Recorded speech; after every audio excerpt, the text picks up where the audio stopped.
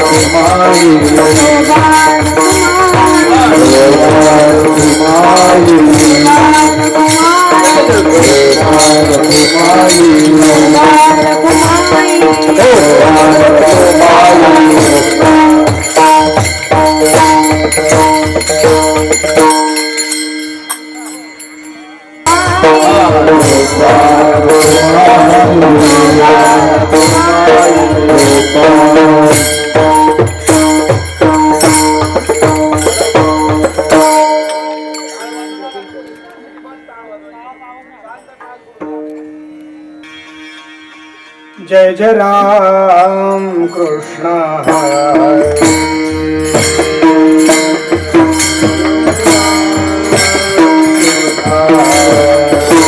हरि जय जय राम कृष्ण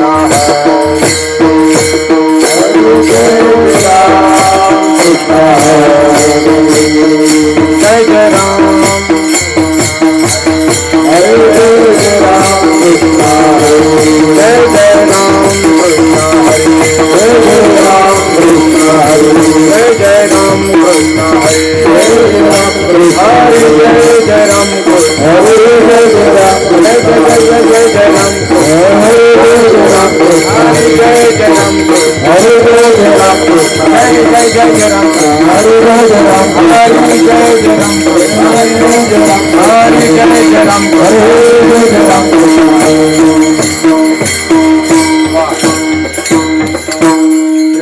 श्रीराम गाताने विको दिला तर चालेल, बोलताना हे ठेवा. ते आवाज रूप पाहता लोचनी सुख झाले ओ राजनी, सुख झाले ओ राजनी, सुख झाले ओ राजनी. रूप पाहता लोचनी सुख झाले ओ राजनी, सुख झाले ओ राजनी, सुख झाले ओ राजनी. एक दोन तीन चार पाच माधव बरमा, तुहा माधव बरमा, तुहा माधव बरमा, तुहा माधव बरमा, तुहा विठ्ठल बरमा, तुहा माधव बरमा, तुहा माधव बरमा, तुहा माधव बरमा. गुरुताची जोडी म्हणून विठ्ठली आवडी, म्हणून विठ्ठली आवडी, म्हणून विठ्ठली आवडी. गुरुताची जोडी म्हणून विठ्ठली आवडी, म्हणून विठ्ठली आवडी, म्हणून विठ्ठली आवडी. महाविठ्ठल बरमा, तुहा माधव बरमा, माधव बरमा, तुहा माधव बरमा. महाविठ्ठल बरमा, तुहा माधव बरमा, तुहा माधव बरमा, तुहा माधव बरमा. सर्व सुखाचे आगर बापर कुमादेवी बन, बापर कुमादेवी बन, बापर कुमादेवी बन. सर्व सुखाचे आगर बापर कुमादेवी बन, बापर कुमादेवी बन, बापर कुमादेवी बन. विठ्ठल बनमा, तुहा माधव बनमा, तुहा माधव बनमा, तुहा माधव बनमा. विठ्ठल बनमा, तुहा माधव बनमा, तुहा माधव बनमा, तुहा माधव बनमा. जय राम कृष्ण हरे जय राम कृष्ण हरे जय राम कृष्ण हरे जय राम कृष्ण हरे जय राम कृष्ण हरे जय राम कृष्ण हरे राम कृष्ण हरे जय जय राम कृष्ण हरे जय राम कृष्ण हरे राम कृष्ण हरे जय राम हरे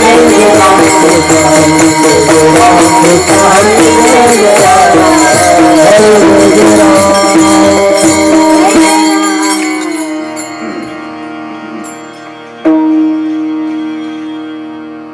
काकुलती ये तो हरी काकुलती ये तो हरी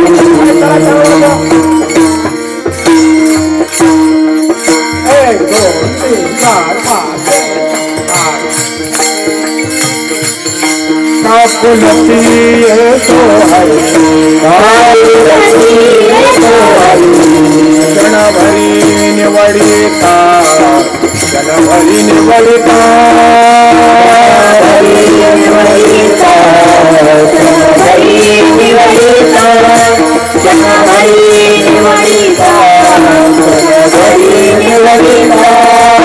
मसाला गली सवे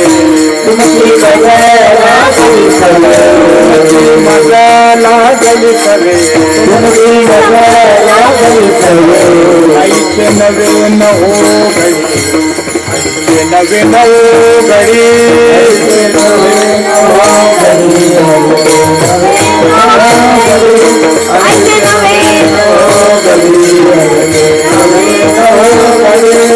आणि बोला विकी फार बोला विकी फार बोला विकी फार बोला विकी फार बहु थोर नावडती बहु थोर नावडती बहु थोर नावडती थोर नावडती बहु थोर नावडती बहु थोर नावडती मसाला गली करे मसाला गली करे मसाला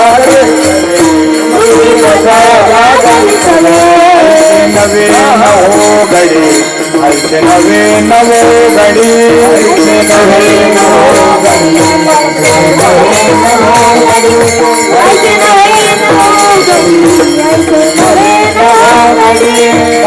त्यांची आवडी रोटी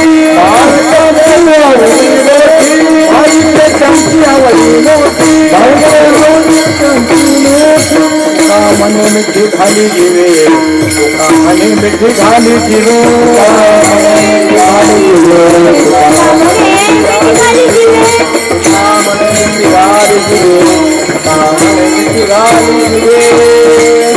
मला लागली सभे तुमची मज लागली सभे पाटील म्हणा मज लागली तुमची मज लागली आईचे नवे तार बरोबर यायला पाहिजे तो किती आपण 1 2 3 4 5 6 7 8 आईचे नवे नवो नवो गडी थोडा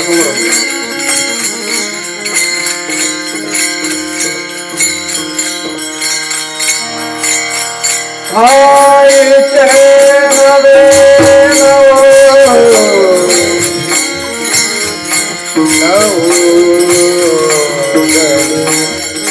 आता चाल सुद्धा अभंगातच चालली आहे आता वेगळे चाल नाही रात्री आपण म्हणे ना समयू गाणं याला म्हणायचं समयू गाणं आपल्याला असंही करता यायला पाहिजे हनुमंताच्या शक्तीसारखं मोठी तर मोठी आईचे नवे नवगडी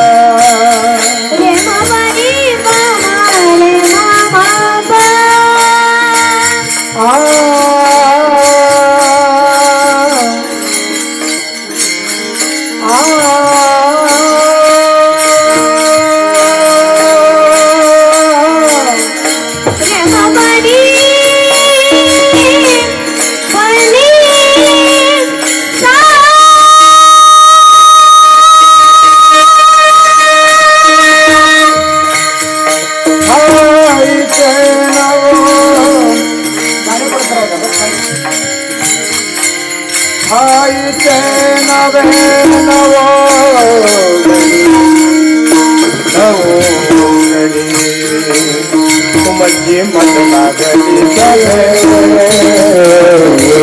तुमची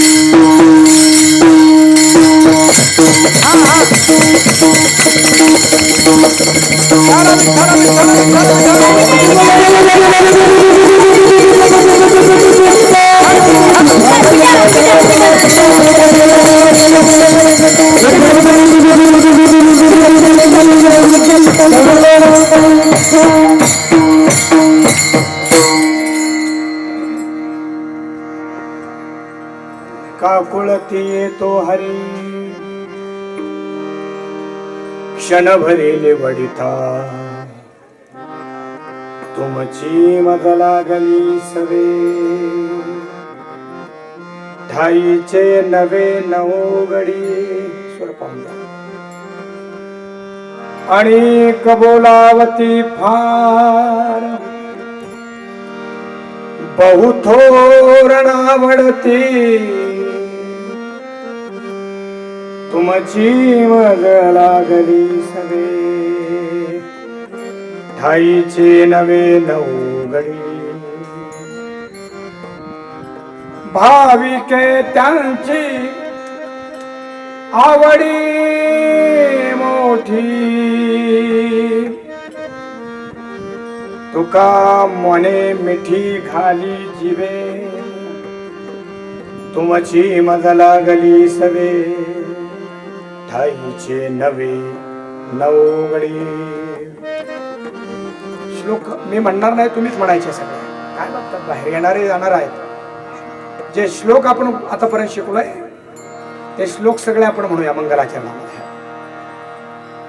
वक्रतुंड महाकाय सूर्यकोटि समप्रभ निर्विघ्नं कुरु मे देव सर्वकार्येषु सर्वदा सच्चिदानन्दरूपाय विशुत्पत्त्यादिहेतवे तापत्रय विनाशाय श्रीकृष्णाय वयं नुमः.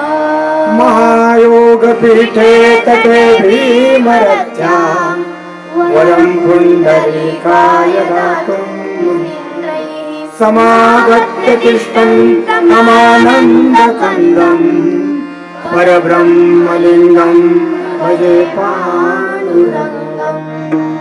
कलावज्ञजीवोदरार्थावतारम् कलङ्कान्त्वतेजोदिकामोदिवक्त्रम् कलानीशवादापमोदारदीशम् समाधिसमूर्तिं भजे ध्यानदेवम्.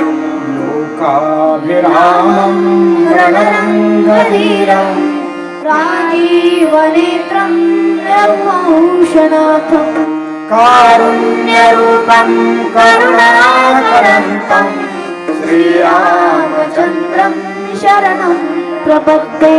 नमो सद्गुरु तुकया ज्ञानदीपा नमो सद्गुरु सच्चिदानन्दरूपा नमो सद्गुरु भक्त कल्याणमूर्ति नमो सद्गुरु भास्करा पूर्ण कीर्ती. शरण शरण एकनाथा चरणी माथा ठेविला नका पाहून दोष झालो दास पायाचा. मस्तक हे पायावरी पायावरी मस्तक हे पायावरी पायावरी मस्तक हे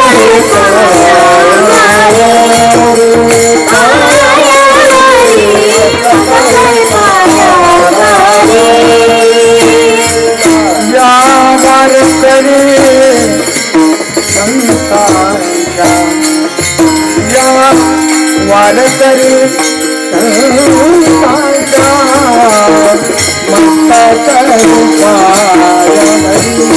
पायावरी मस्तक पायावरी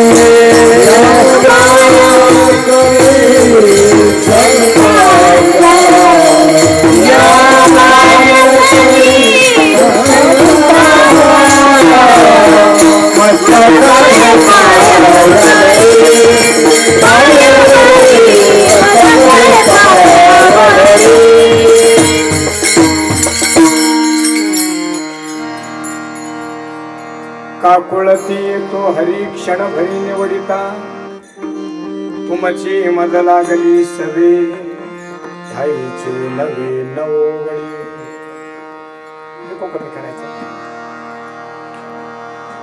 प्रस्तुत प्राप्त चिंतन रूपी सेवेसाठी आपल्या समोर जो अभंग वाचून दाखवलाय हा अभंग तृषार्थ दीनवत्सल सच्चित आनंद स्वरूप सर्व हृदयस्थ विश्वसंत श्रीमंत जगद्गुरु तुकाराम महाराजांचा असून या अभंगाच्या माध्यमातून कमी करा आवाज कमी माझा आवाज कमी करा. संत श्री जगद्गुरु तुकाराम महाराजांचा हा अभंग असून या अभंगाच्या माध्यमातून भक्ताच्या प्रेमाने वेडावलेला परमात्मा हृदयाच्या ओलाव्याने गोपाळाशी जे बोलता झाला असा गोपाळांचा आणि भगवंताचा प्रेममय मधुर संवाद जगद्गुरु तुकोबारांनी या अभंगामध्ये सांगितलेला आहे. आता सगळ्यात पहिलं आपल्याला कळालं की हा अभंग कुठल्या संताचा आहे. बोला. तुकाराम महाराजांचा अभंग आहे. संत सम्राट भगवान ज्ञानेश्वर महाराज वैराग्य राग रसिक तुकोबराया, शांती ब्रह्म एकनाथ महाराज, विश्वगुरु निवृत्तीनाथ महाराज, वारकरी संप्रदायाचं आराध्य दैवत रुक्मिणी, प्राण संजीवन भक्त वांछा कल्पतरू करुणा सिंधू कृपा सिंधू, करुणा वरुणालय सच्चिदानंद घन पांडुरंग परमात्मा यांच्या असीम अपार अहेतुकी दयेमुळे करुणेमुळे या पवित्र अशा वैशाख मासामध्ये या काल्याच्या कीर्तनाच्या निमित्ताने भगवंताचे गुणानुवाद गाण्यासाठी आणि जीवाचा आणि शिवाचा अलौकिक काला होऊन जीव आनंदाच्या राशीवर कसा जाऊन बसतो याचा हिशोब समजून घेण्यासाठी आपण प्रवृत्त आहोत. हा आपल्या जीवनातील परमभाग्याचा काळ आणि या काळातील प्रत्येक क्षण अतिशय आनंदमय आणि परमभाग्याचा आहे. विठाला विठाला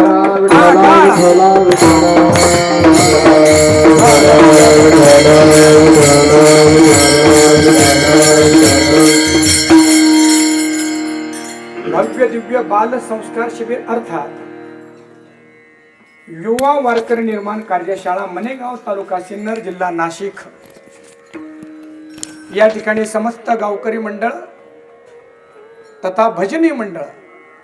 आता बरेच वेळ मला असं विचार येतो की ग्रामस्थ मंडळ सांगितल्यानंतर परत भजनी मंडळ का सांगायचे, तर त्याचं कारण सांगतो. आवाज कमी करा. भजनी मंडळ ग्रामस्थ आहे, पण ग्रामस्थ सगळे भजनी मंडळ नाहीये. आता बोलणं कळालं की नाही काय माहिती. भजनी मंडळ हे ग्रामस्थच आहे, पण सगळे ग्रामस्थ भजनी मंडळ नाहीयेत. म्हणून परत ग्रामस्थ सांगितल्यानंतर भजनी मंडळ सांगावं लागतं असं समजतं. ग्रामस्थ आणि भजनी मंडळ यांच्या सहकार्याने, यांच्या अथक परिश्रमाने, यांच्या दूरदृष्टीने आयोजित करण्यात आलेला हा आगळा वेगळा समारंभ, हे शिबिर. आता परत मला सांगून लावू नका की इकडे पुढे बोलू नका, आणि बोलले तरी तुमचा आवाज इकडे येऊ देऊ नका. त्याच्यातला गांभीर्य ठेवा थोडासा कृपया. तिथले तिथं तुमचा आवाज तुम्हाला जाईल, आमचा आम्हाला राहील, असं थोडस कृपया. धन्यवाद. या 10 दिवसामध्ये काय घडलं? संत, भगवंत, ग्रंथ, पंथ या सगळ्यांचा परिचय करून घेता घेता या मुलांनी खरोखर स्वतःच जे स्वरूप आहे त्याचा परिचय करून घेतला. आणि असा हा परिचय करून घेण्यासाठी या संस्कार शिबिराचं आयोजन करण्यात आलं. आपण सगळ्यात महत्वाचं, ज्यांनी आपल्यासाठी हे सगळं आयोजन केलं त्यांच्यासाठी कृतज्ञतापूर्वक एकदा टाळ्या वाजवूया. हा एक संस्काराचा भाग आहे की आपल्यावर कोणी जर उपकार केले असेल तर त्या उपकाराची जाणीव ठेवायला पाहिजे, याला कृतज्ञता म्हणतात. आणि आपल्यावर कोणी उपकार केले असेल त्या उपकाराची जाणीव न ठेवता त्याच्या मोबदल्यामध्ये अपकारच करण्याला कृतज्ञता म्हणतात. बरोबर की नाही? या संस्कार शिबिरातून निर्माण झालेला मुलगा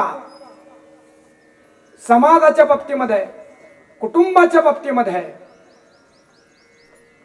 संप्रदायाच्या बाबतीमध्ये कृतज्ञ न नसावा, कृतज्ञ असावा. विठाला विठाला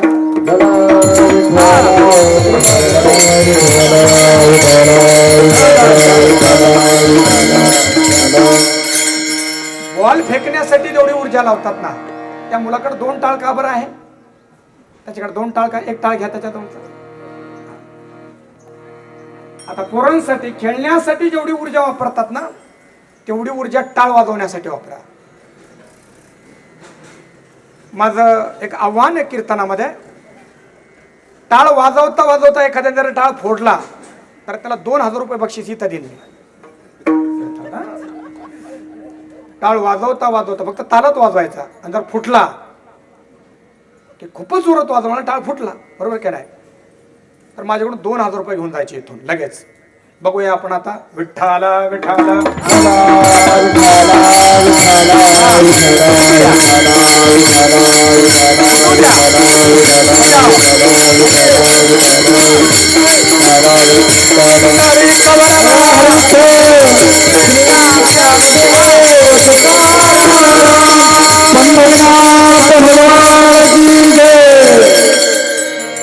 समस्त भजनी मंडळ गावकऱ्यांनी आपल्यासाठी हे जे आयोजन केलं त्यांना कोटी कोटी धन्यवाद आहे.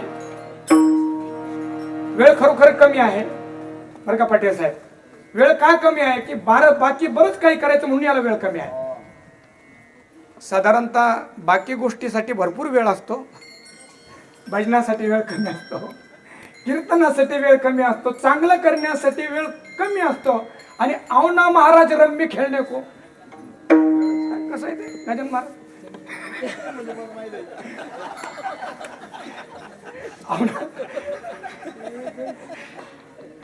तिकडे जाहिरात आहे त्याच्यात आवना महाराज रम्मी खेळने को. रम्मी खेलने को बहुत समय है लेकिन कीर्तन के लिए सिर्फ 1 घंटा है. तर थोडक्यामध्ये आपल्याला हे सगळं बोलायचं आहे. मला असं वाटतं की या 10 दिवसामध्ये झालेलं हे जे शिबिर आहे खूप चांगलं आहे का.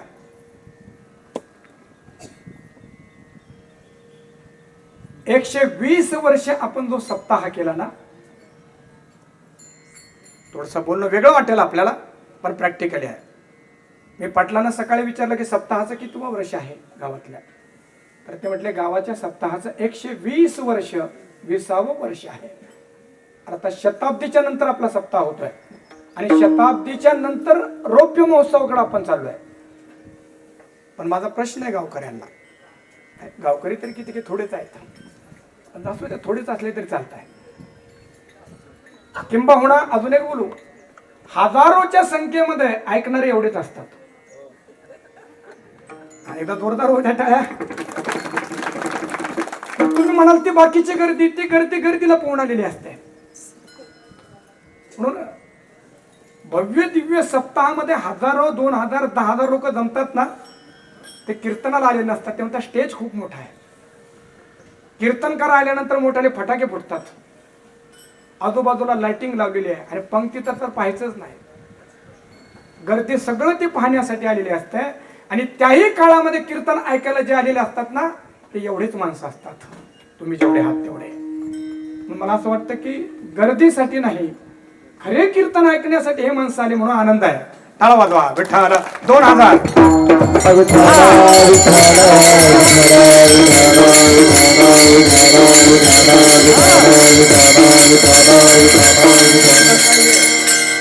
120 वर्ष सप्ताहाला झालेत. मला फक्त आपल्याला एवढं विचारायचं आहे, 120 वर्षामध्ये गावातल्या एखाद्या मुलाचा एखादा श्लोक पाठ झाला, एखादा अभंग पाठ झाला, एखादा टाळकरी तयार झाला, सप्ताहाचा विरोध नाहीये. मला फक्त एवढाच समन्वय करायचा आहे. 120 वर्षापर्यंत आपल्या गावाने जो सप्ताह केला आणि त्या सप्ताहातून जे पुण्य प्राप्त झालं, त्या पुण्याचं फळ म्हणजे या 10 वर्षाचं, या 10 दिवसाचं हे शिबिर आहे. टाळे हात का तुमचे बांधले का रे? टाळे वाजवा. थोडा वेळ राहिलाय आपल्याला, आता इकडं अटेन्शन राहा. 120 वर्षापर्यंत आपण जो सप्ताह केला ना पाटील साहेब, त्यातून जे पुण्य निर्माण झाले, त्या पुण्यातून हे छोटेसे बालवारकरी निर्माण झाले. आता हे इतके चांगले निर्माण झाले. खरं तर बाल सुलभ चंचलता त्यांच्याकडे असतेच. त्यामुळं इतक्या दिवसाचे सगळे जे मला असं वाटतं की जमलेलं मळकट आहे ते 10 दिवसात जाणार नाही, पण बरीचशी मलिनता निघून गेली आहे. कसं झालंय थोडक्यामध्ये एक एक मुद्दा बोलूया आणि अभंगाकडे लगेच जाऊया. आपण संस्कार शिबिरामध्ये आलो आणि संस्कार शब्दाचा काय अर्थ केला होता रे? मी कोण सांगेल? हा, एकदमच सांगा सगळे मिळून. काय संस्कार? संस्कार शब्दाचा अर्थ जीवनातला मळ काढून टाकणे आणि गुणांची धारणा करणे, त्याचं नाव आहे संस्कार. त्याला शास्त्रीय परिभाषेमध्ये म्हणतात दोषापनयन आणि गुणाधान. काय झालं बघा, तुम्ही म्हणा या संस्कार शिबिरातून मिळालं काय? मानवी देह सगळ्यांना मिळाला, मानवी जीवन सगळ्यांना मिळालं, माफ करा. परंतु त्याचा उपयोग कसा करावा हे कळून घेण्यासाठी ज्याला ते जीवन कळालं त्याच्या जवळ जावं लागतं. थोडा अवघड झाला, जो सोपं बोलतो. या जगामध्ये काही माणसं अशा आहेत की ते जन्माला आल्यानंतर रडतात. काय होतं? जन्माला आल्यानंतर ते हुशार आहे, तिकडे बोलतात तरी काना इकडे असतात त्यांचे. जन्माला आल्यानंतर ते रडतात, जगत असताना रडतात, इतर लोकांनाही रडवतात, आणि मेल्यानंतरही गावाला रडवतात. असा एक वर्ग आहे. दुसरा वर्ग असा आहे की जगामध्ये आल्यानंतर त्याला रडावं लागतं, कारण हा मृत्यू लोक आहे. जोही जन्माला आला त्याला रडावं लागतं. लहान पोरगा जन्माला आला आणि तो जर रडला नाही तर ती सिस्टर त्याला पकडते आणि त्याच्या ढोंगावर चापटी मारते, पाठीवर चापटी मारते, रडायला लावते त्याला. म्हणून दुसरा वर्ग असा आहे की तो इथं आला, जन्माला आल्यानंतर तो रडला, परंतु असं जीवन तो जगला की त्याने आपल्या जीवनामध्ये आनंद फुलवला. तो हसला, कुटुंबाला हसवलं, समाजाला हसवलं. जगाचा निरोप घेत असताना तो हसत होता. आणि एवढा चांगला महापुरुष आमच्यातून चालला म्हणून जगाच्या डोळ्यामध्ये अश्रू होते. खूप चांगलं कबीरदासजी सांगतात. आता याच्यातले आपण कोण इथे बघूया. कबीरा गाताना थोडासा विकू द्यायचा, बोलताना तिथं आणायचं, झाली सगळी. कबीरा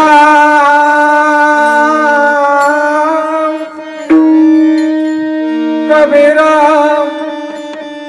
जब हम पैदा हुए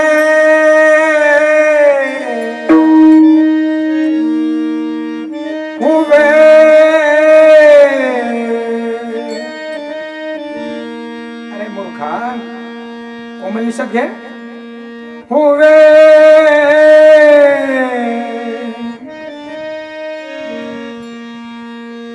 हम जगह से हम रोए. कबीरदास जी कहते हैं जब हम पैदा हुए सब कुटुंब को लगा हमारे घर में बच्चा हुआ है और सबको आनंद हुआ, लेकिन हम रोए क्योंकि हमें फिर से याद हुआ कि हमें फिर जन्म लेना पड़ा. लेकिन बाद में ऐसी करनी कर चले हम हंसे जग रोए. लेकिन इस तरह का काम हमने किया, इस तरह का आनंद हमने फैलाया, उसका प्रस्फुटन किया. सब कहते थे कुछ दिन और लता दीदी रहनी चाहिए थी, कुछ दिन और आनंद नाडकर्णी रहने चाहिए थे. खूप मोठे मानस उपचार तज्ञ काल गेलेत बरं का. अतिशय विचारवंत चांगले माणसं हवीशी वाटतात, पण या जगामध्ये आल्यानंतर जे करायला पाहिजे होतं ते आम्ही केलं, त्याच्यामुळे प्रसन्न मनाने आम्ही निघालो. चदरिया तुमचे सगळ्यांचे जीवन म्हणजे चादरीप्रमाणे आहे. ज्ञानेश्वर महाराज त्याला घोंगडी म्हणतात आणि कुठल्या तरी क्षपक अभंगामध्ये गोधडी म्हणतात. माझी गोधडी झाली गुढी म्हणतात गावाकडे, क्षपक अभंग असा. आता कबीरदासजी म्हणताय चदरिया चदरिया टंग टंग चदरिया चदरिया चदरिया झीनी रे झीनी के राम नाम रस भीनी चदरिया झीनी रे झीनी. आता ऐका, आमचा देहरूपी चादर तयार झाली, पण कशी तयार झाली? अष्टकमल का चरखा बनाया, पांच तत्व की बुनी. पंचतत्वापासून ही घोंगडी बनवली आमचा देह. 9-10 मास बुन नको लागे. हे शरीर बनण्यासाठी किती दिवस लागले? 9-10 महिने लागले. कुठं लागले 9-10 महिने? बोला. आईच्या गर्भामध्ये. शाबास, एकदा टाळ्या वाजवा पोरांसाठी. चांगला सांगता येते. या देहरूपी चादराला बनण्यासाठी आईच्या पोटामध्ये 9-10 महिने लागले. आणि शुकदेवांना किती महिने लागले? शबास. हे फळ आहे या 10 दिवसाचं. भागवताचा सार सांगताय पुरा. 9-10 मास पुन्हा नको लागे. पण पुढे आहे का? मूर्ख मैली किनी. पण जन्माला येऊन काही मूर्खांनी इतकी सुंदर घोंगडी हा देह मलिन करून टाकला, खराब करून टाकला. कशाने? वाईट व्यसन करून, नाही ते पाहून, नाही ते खाऊन, नुसता मोबाईल पाहून, नुसतं बाहेर राहून, नुसतं वाईट संगतीमध्ये राहून ती खराब झाली होती. आणि म्हणून मनेगावकरांना वाटलं की जी घोंगडी खराब झाली त्या घोंगडीला शुद्ध करण्यासाठी त्यांनी काय केलं? चदरिया झीली रे झीली, चादर ओढे शंका मत कीजे, हे 2 दिन तुमको दीनी, मूर्ख लोग भेद नहीं जाने. याच्यापेक्षा पुढचं वेगळं चरण सांगायचं आहे. जब मेरी चादर इथं बन घराई. शिबिरामध्ये काय भेटलं? हे मुलं म्हणजे काही मलिन तालेलेच होते. जब मेरी चादर बन घराई, रंग रेज को दीनी. या चादरींना रंग लावण्यासाठी गावकऱ्यांनी शिबिरामध्ये पाठवलं. पुढे आहे का? ऐसा रंग रंगा रंग रेने. रंग काम करणारे काही आले होते तिथं. आदरणीय गजानन महाराज रंग काम करण्यासाठी आले होते. आमचे माऊली महाराज काळवंडे रंग करण्यासाठी आले होते. आमचे भरतच नाव आहे, रंग करण्यासाठी आले होते. आशू आला होता त्यांच्या सोबतच. आणि परिणाम लालो लाल कर दिनी. असा रंग या पोरांच्या हृदयाला लावला, असा रंग लावला की सगळ्यांचे हृदय कुठल्या रंगाने रंगून गेले? पांडुरंगाच्या रंगाने रंगून गेले. आणि म्हणून चदरिया चदरिया चदरिया झीली रे झीली,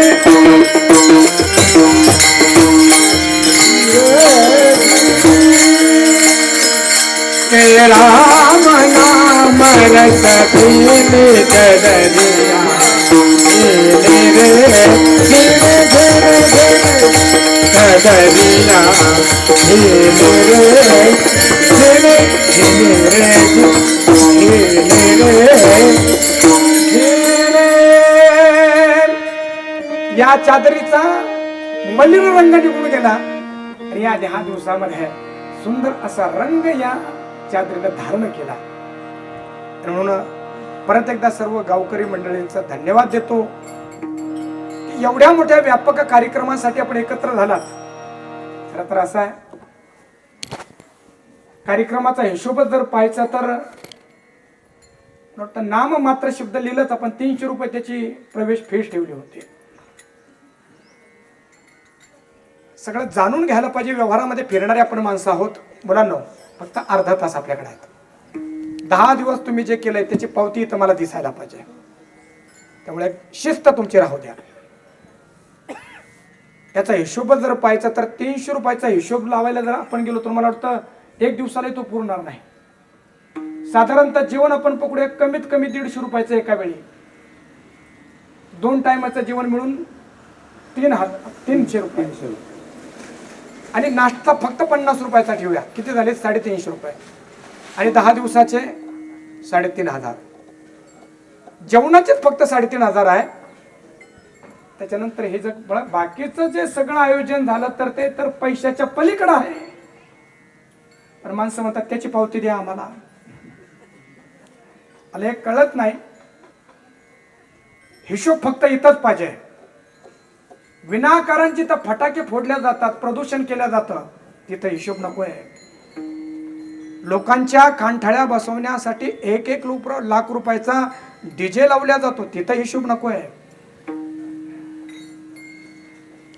विकृती तयार करण्यासाठी व्यासपीठावर नाही नाही ते गाणे म्हणणारे लोक आणि त्या ठिकाणी 5-5, 10-10 रुपये खर्च करताना तिथं हिशोब नको. हिशोब फक्त इथंच पाहिजे.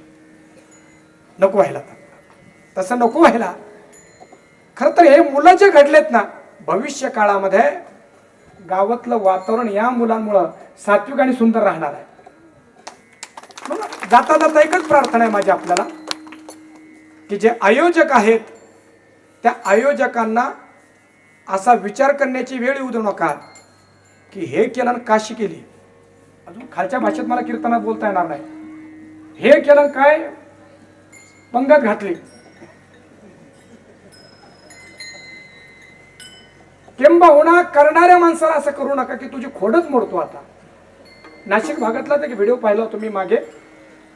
कांद्याचे भाव कमी झालेत आणि त्या शेताच्या बाजूला उभा राहून ते शेतकरी असा स्वतःच्याच मुसकाड्यात लावत होता, लावशील का कांदे, लावशील का कांदे. गोल विंगाचा परत थोबडीत मारायचा, लावशील का कांदे.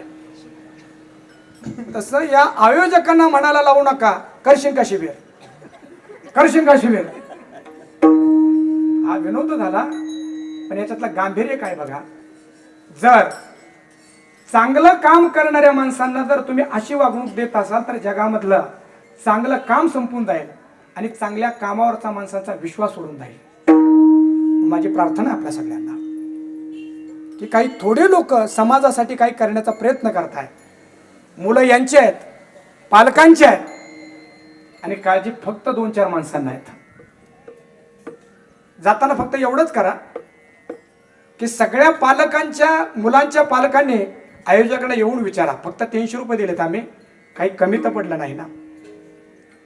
हे सगळं करत असताना तुम्हाला शिंतर झाला नाही ना, हे सगळ्यांनी नक्की विचारा. आणि तुम्हाला संवेदना म्हणून तुम्ही टाळ्या वाजवल्यात. खरं तर हल्ली टाळ्या यासाठी वाजवल्या जातात, कोणीतरी तंबाखू चोळत असतं तिकडं आणि त्याचे तंबाखू चोळून होते तो असा असा करतो. बाकीच्या म्हणता वाजवा टाळ्या. तशा टाळ्या नको आहे. ते शब्द हृदयापर्यंत यायला पाहिजे. हृदयाची संवेदना त्या टाळ्याच्या रूपाने बाहेर पडायला पाहिजे. समाजातले काही जे चांगले माणसं की ज्यांना वाटतं की समाजामध्ये चांगलं नांदावं, कोयत्या गांग निर्माण नाही व्हाव्यात, चड्डी गँग निर्माण नाही व्हावीत, तर वारकऱ्याचे समुदाय निर्माण व्हावेत, असं जर वाटत असेल ना आपल्याला विनंती आहे. अजून एक सांगू, तुम्ही फक्त तुमच्या कुटुंबापर्यंत सुखी झालात आणि तुमच्या आजूबाजूचे लोक जर चुकीचे असेल तर तुम्ही सुद्धा चांगले राहू शकत नाही. चांगलं आहे काय आहे, हे मानसशास्त्र आहे. तुम्ही म्हणाल मला काही घेणं नाही, माझ्याकडे पैसा आहे, माझ्याकडे बंगला आहे, मी माझ्यापुरता सुख आहे, गाव गेलं खड्ड्यात, तसं नाही होणार. तुम्ही जर त्या गावामध्ये राहत असाल आणि तुम्ही आनंदात असाल तर तुमच्या आजूबाजूचे लोक जर दुःखामध्ये असेल तर ते तुम्हाला आनंदात राहू देणार नाही. म्हणून हे संस्कार शिबिर या मुलांसाठी नाहीये. गावातली शांती अबाधित राहावी, गावातली सात्विकता अबाधित राहावी आणि गावामध्ये या शुद्धतेच्या परंपरा अखंड चालाव्यात इतका मोठा विचार घेऊन हे संस्कार शिबिर झालंय. विठाला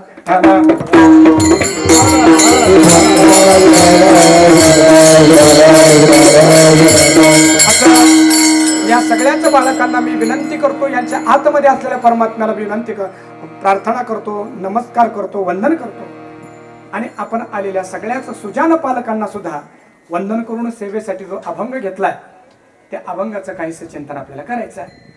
खरं तर बोलायचे अजून बरेच मुद्दे राहिलेत, परंतु वेळ संपून जाईल त्याच्यामध्ये. अभंग खूप गोड आहे. कीर्तनकार त्याला म्हणावं की त्याला जे येतं ते त्याने सांगू नये, तिथं ज्याची आवश्यकता असेल ते सांगावं. त्याला समय सूचकता म्हणतात. अर्थात हे मला येतं हे माझं मोठेपण असं नाही, ज्या परंपरेमध्ये मी वाढलोय त्या परंपरेने हे अक्कल आम्हाला दिली आहे. सद्गुरू स्वानंद सुख निवासी जोग महाराज यांच्या संस्थेमध्ये आहे. इकडं लक्ष द्या. 15 मिनिटं राहिले फक्त. आणि हा आजीचा नातू, काय नाव रे याचं, हा श्रेयस, ते कमराला का गुंडाळ तू काढू नको. कोणी सांगितलं तुला? तूच गुंडाळ. माणसं चांगल्या पद्धतीने निघाले की काय होतात माहित बघा, वारकरी परंपरेमध्ये फडकरी पद्धतीमध्ये जेव्हा कीर्तन सुरू होतं सगळे टळकडी कंबर बांधतात. त्या मुलाला कुठून ती शक्ती आली माहिती नाही, त्याने कंबर बांधला आणि कीर्तनाला उभा राहिल्याला म्हणतात संस्कार. विठाला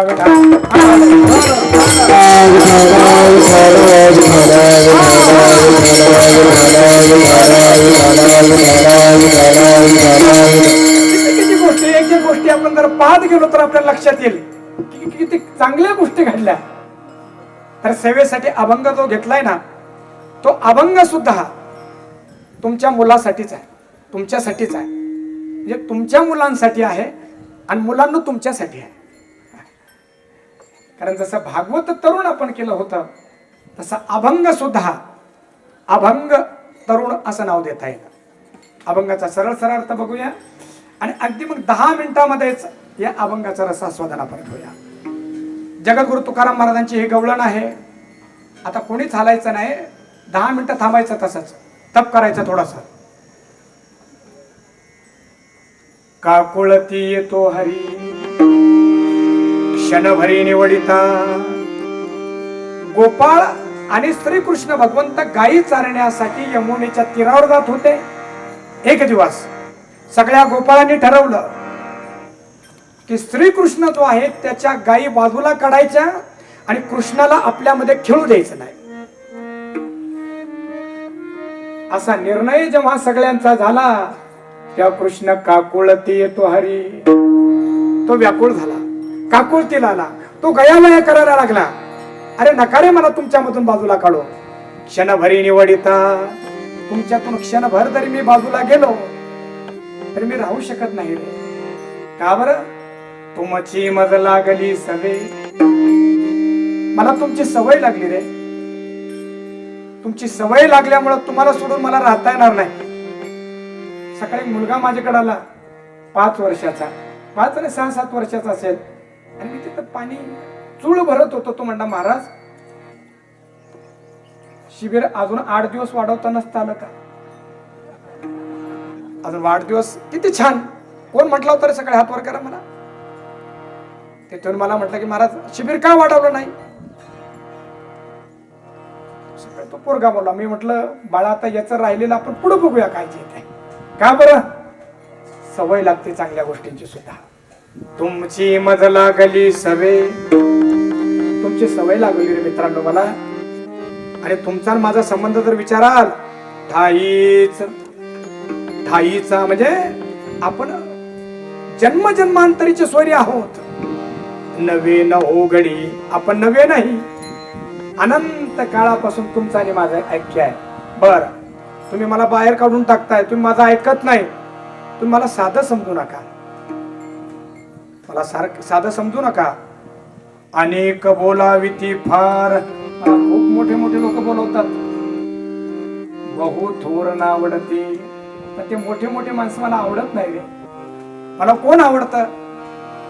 भाविके त्यांची आवडी मोठी, जे मनाने भावना प्रधान आहे ते आवडतात. आणि तुका म्हणे मिठी घाली जीवे, आणि असं बोलून तो श्रीकृष्ण भगवंत व्याकुळ होतो आणि त्या गोपाळांना कडकडून मिठी मारतो. नका रे काढू मला बाजूला, तुमच्याशिवाय नाही राहता येणार मला. असा या अभंगाचा सरळ सरळ अर्थ आहे. आता थोडासा तपशिलामध्ये शिरून आनंद घेऊया. विठाला विठाला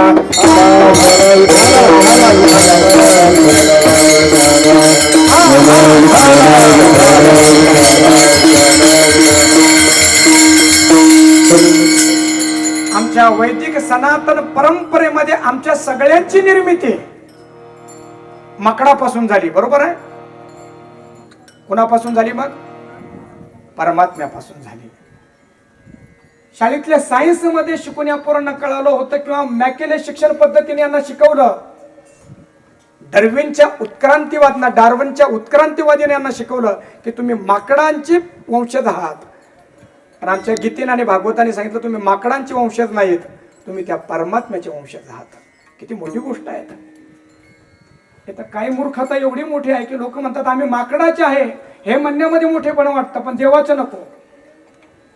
आमची गीता सांगते ममै वंशो जीवलोके जीवभूत सनातन मनषष्टानि इंद्रियाणि प्रकृती स्थानी कर्षति. चला पुढे जाऊया, बराच विस्तार होईल.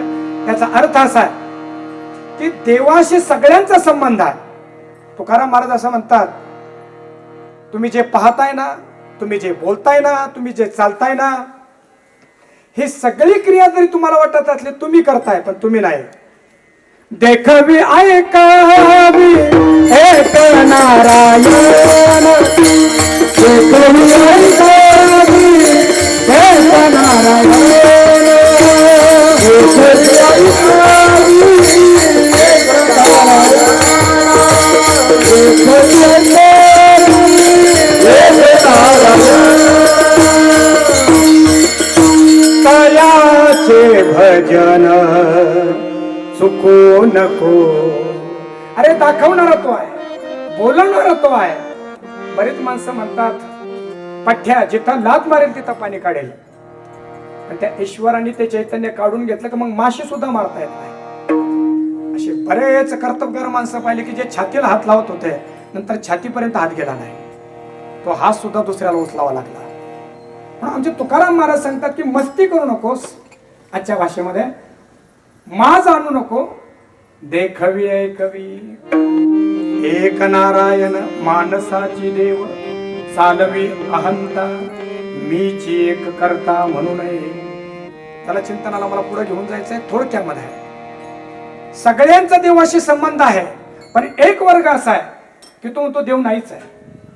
जरी त्याचा संबंध देवाशी असला तरी तो असं म्हणतो, कसला देवन कसला धर्म थोतांड येते. अहो कसले शिबिर, कसले कीर्तनकार, कसले टाळकरी धंदे त्यांचे, ते कसले मंदिर आणि कसला ईश्वर. पुण्यामध्ये काही बुद्धिवादी, बुद्धी कमीवादी जास्त, ते म्हटले ईश्वराला रिटायर करून टाका. म्हणणारे रिटायर झालेत. ईश्वराचे नाम आणि ईश्वरांचा घोष घराघरापर्यंत आहे. अजून एक सांगू, एवढाच मुद्दा फक्त. ते जे म्हणतात ना ईश्वर नाहीये, देव नाहीये, धर्म नाहीये, ते सुद्धा देवाच्या सत्तेनंच म्हणतात.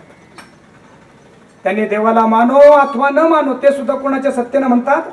देवाच्या सत्तेने. एक वर्ग असा झाला, बराच विस्तार त्याचा. दुसरा वर्ग असा आहे, तो देवाला मानतो, ईश्वराला मानतो,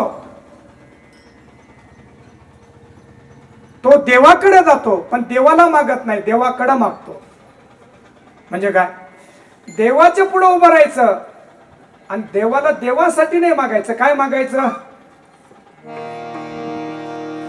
मला लगीन कराय वाटतंय, माझं लग्न होत नाही, चला घाल्या खेट्या. माझ्या पुरीला मुलगा होत नाही, घालला खेट्या. 10 बोर घेतले, पाणी लागलं नाही, देवा एवढं एवढं तुला दिल. म्हणजे देवाला सुद्धा लाच देतात माणसं. आणि मला असं वाटतं की देव नाही तो रामगडी की काय माहिती, सगळे काम त्याला सांगतात.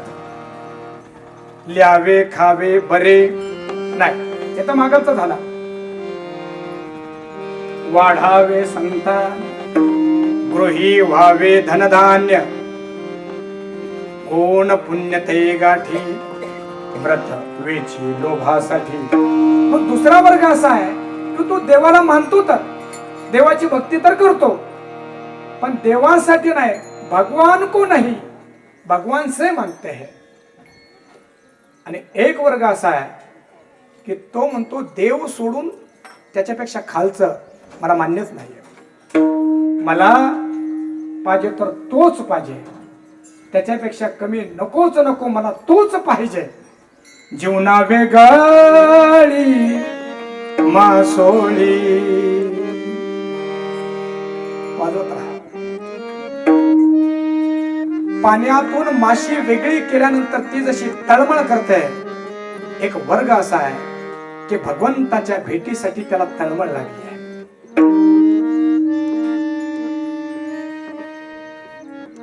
तैसा तुका तळमळी, तैसे झाले माझ्या जीवा, कधी भेटसी केशवा. आईचं 2-3 वर्षाचं लेकरू आई त्याला घरी सोडून कामासाठी गेली किंवा लग्नाला गेली म्हणा, पोरग झोपलेलं होतं आणि ते जागे झालं आणि मग ते रडायला लागला, आई आई आई. घरातली माणसं जमा झालीत. बाळा तुला चॉकलेट देऊ का? त्याला चॉकलेट दिली, चॉकलेट खाऊन घेतली त्यांनी. परत म्हणा लागला, आई आई. बाळा तुला गाडी देऊ का? रिमोटवरची गाडी देऊ का तुला? आता यानंतर उभी राहावं लागणार नाही. स्पंदन राहा, उभी राहा, 10 मिनिटं उभी राहा, नंतर बसायचंच आहे. घरी जाऊन बसायचं फक्त. अरे ऐकायला येतंय का? रिमोटची गाडी देऊ का? रिमोटची गाडी देऊ का? आता सक्तीनं उभं राहायचं नाही, आता भक्तीनं उभं राहायचं आहे.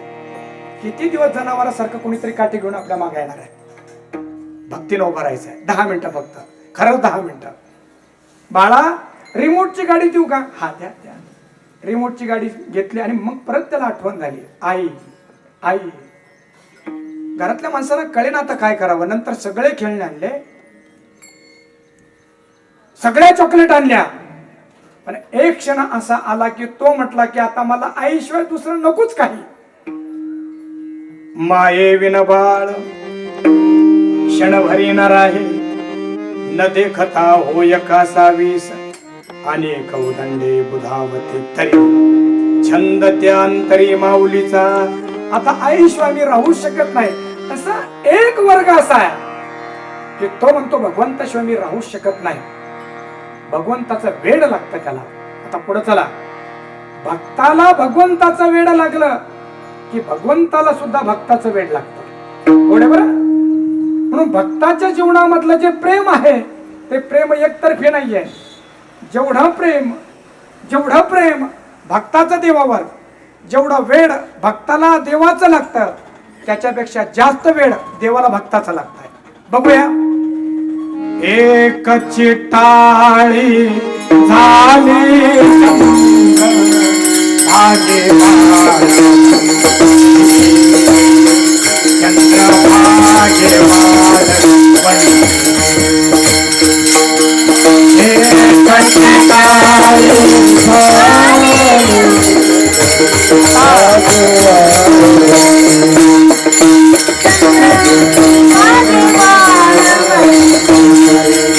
टाळ बरोबर वाजवा आणि त्या टाळ्याच्या सानिध्यामध्ये मला विवेचन करायचं आहे. 1 2 3 4 5 6 7 8 1 2.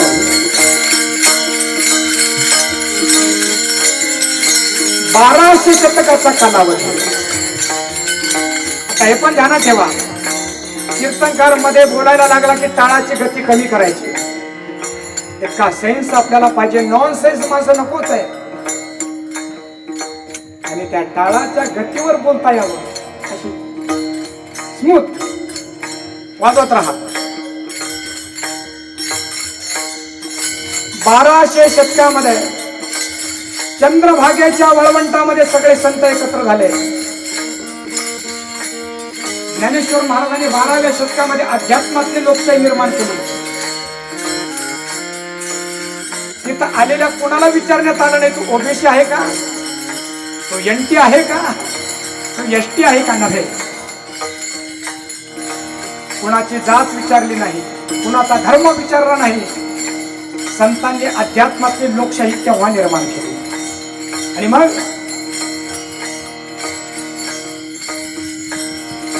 माझा ताल 1 2 3 4 5 6 7 8 1 2 3 4. माझा ज्ञानला गोपाळाची लायावाटी. लाखोचा समाज एक ताल ऐकायला पाहिजे, कारण एकच टाळी झाली. चंद्रभागेच्या वळवंटामध्ये बसलेला आहे. नामदेव महाराज कीर्तन करण्यासाठी उभा राहिले आणि कीर्तनामध्ये एवढा रंग भरला, सर्वसामान्य नाचायला लागतील. याच्यावरती विशेष काय, विठीवर उभा असलेला भगवंत त्याला राहवला नाही, आणि तो भगवंत त्या कीर्तनामध्ये येऊन थया थया नाचायला लागला. नामदेव कीर्तन करी पुढे गेलो आते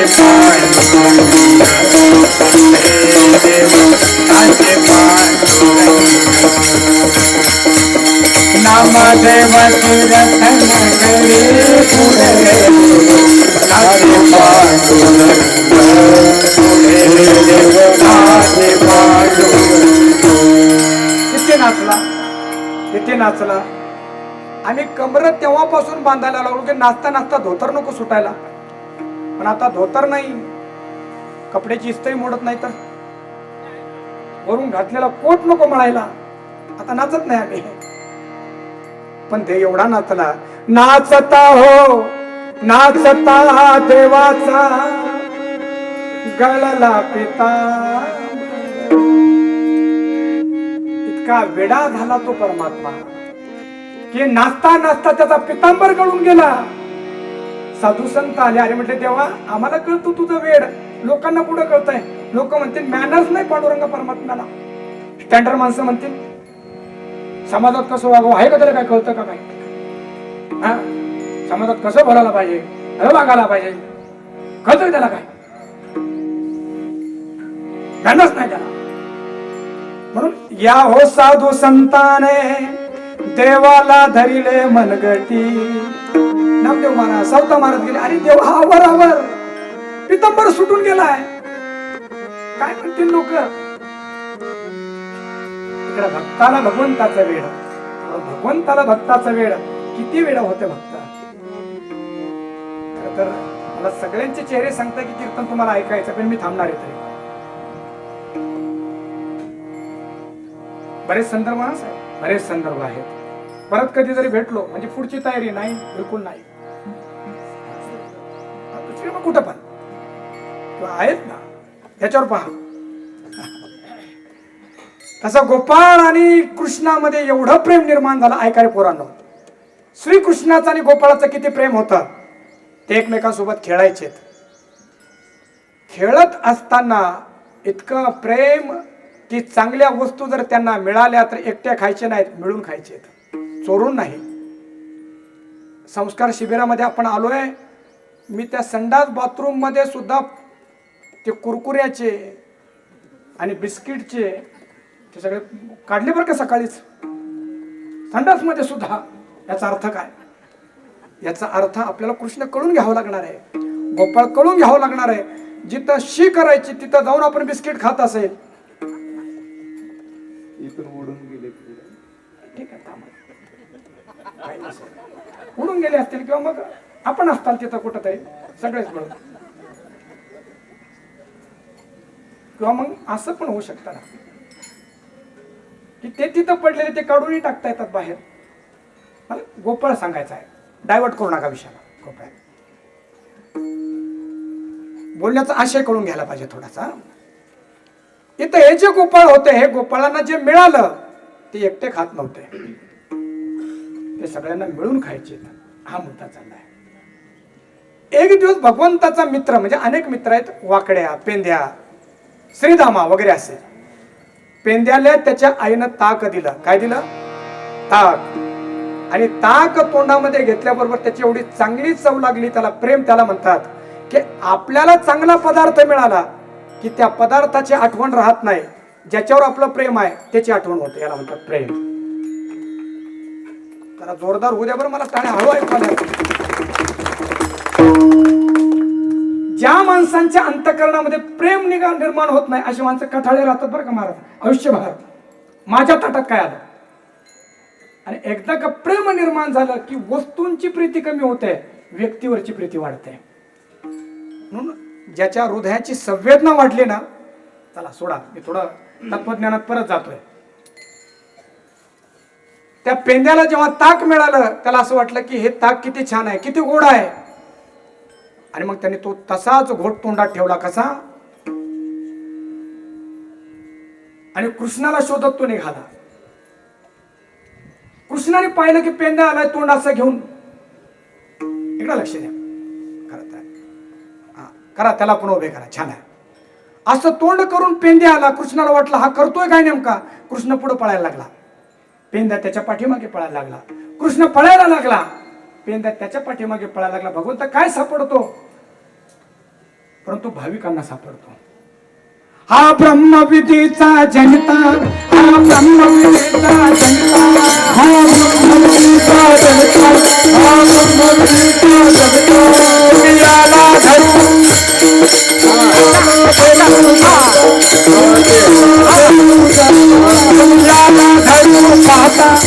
याला धरू पाहता, याला धरू पाहता, याला धरू पाहता.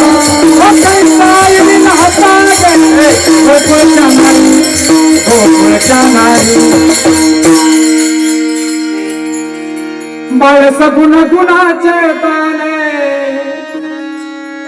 बाळ दिसते गोजिरवाने. जगात त्याला कोणी पकडू शकत नाही, पण भक्त पकडू शकतात. पेंद्या त्याच्या पाठीमागे गेला, कृष्णाला खाली पाडलं. कृष्णाला खाली पाडलं, त्याच्या छातीवर बसला आणि कृष्णाचं तोंड असं वाचलं आणि आपल्या तोंडामध्ये असलेला ताकाचा घोट त्याच्या तोंडामध्ये टाकला. कृष्ण म्हटलं की स्वर्गातलं अमृत सुद्धा एवढं गोड नाही. किती एकमेकांविषयी प्रेम. वेळ संपत आलाय आता. कृष्णाने एकदा सांगितलं, अरे तुझ्या घरामध्ये कडी आहे रे श्रीदामा, घेऊन ये मला. गरीब श्रीदामा, त्याच्या घरामध्ये काही नाही. तो घरी गेला ना, आईला सांगितलं, आई कृष्ण कधी कुणाला काय मागत नाही. मोठे मोठे लोक त्याला घेऊन येतात, पण त्यांनी मला ताक मागितलाय, कडी मागितली आहे. त्याची आई रडायला लागली, बाळा अरे एवढी गरिबी आपली आहे की कडी सुद्धा नाही आपल्या घरात. आणि मग पाहता पाहता 8 दिवसाची ती कडी, तिला असा बुरा आलेला, तिला वास सुटलेला.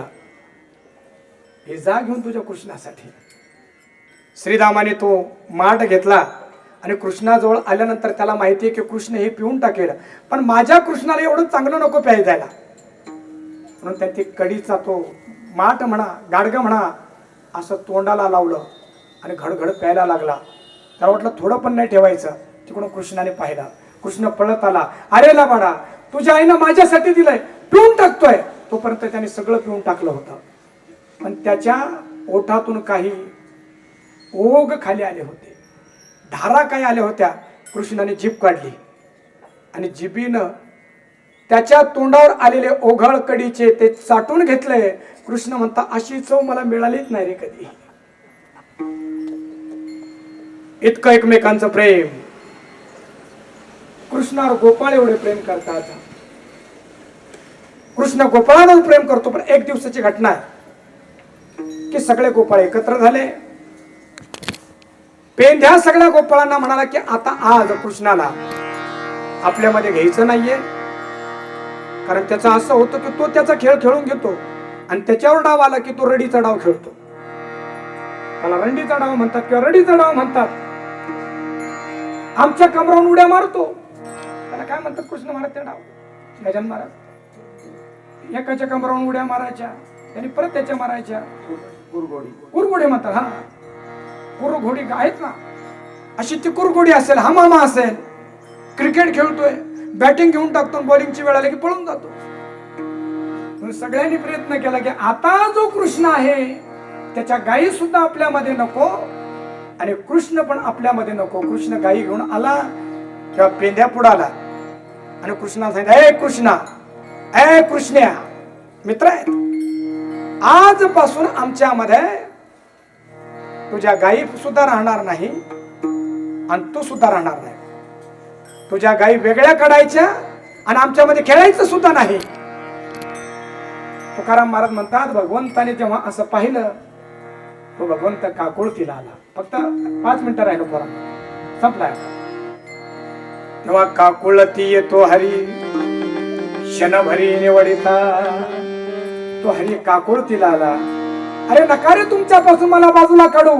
काकुळ तर यासाठी आला, अरे मी दुष्टांना मारण्यासाठी नाही, तुमच्या सोबत प्रेमाचा आनंद घेण्यासाठी मी अवताराला आलोय. आम्हा तयाचे व्यसन आमुचे तो निज ध्यान, किंबहुना समाधान तो मिळेल.